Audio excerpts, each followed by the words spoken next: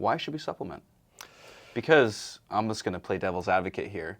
I eat a well-rounded diet. I get all the things. So if I'm eating a healthy, balanced diet, why do I need to take any supplements? Because if I say no, this is going to be the shortest podcast ever.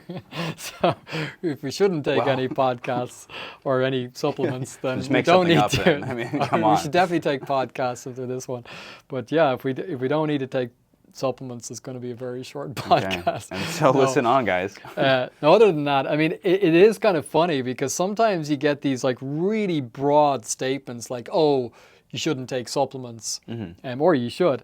But I mean, it's like saying, well, you shouldn't take medicines. I mean, if you have an actual deficiency, let's say like literally scurvy because you didn't get enough vitamin C, well then vitamin C could save your life. Right. So it's obviously context matters, but obviously we'll go into it because when you look at supplements, I kind of broadly speaking put it into two separate categories.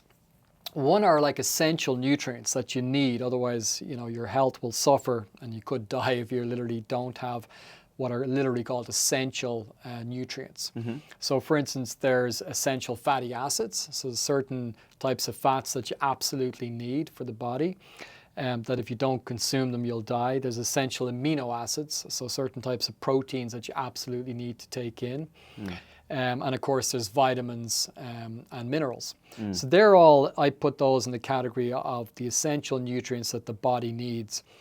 We'll go into that in detail. And then the other category of supplements are ones that can have incredibly good beneficial effects.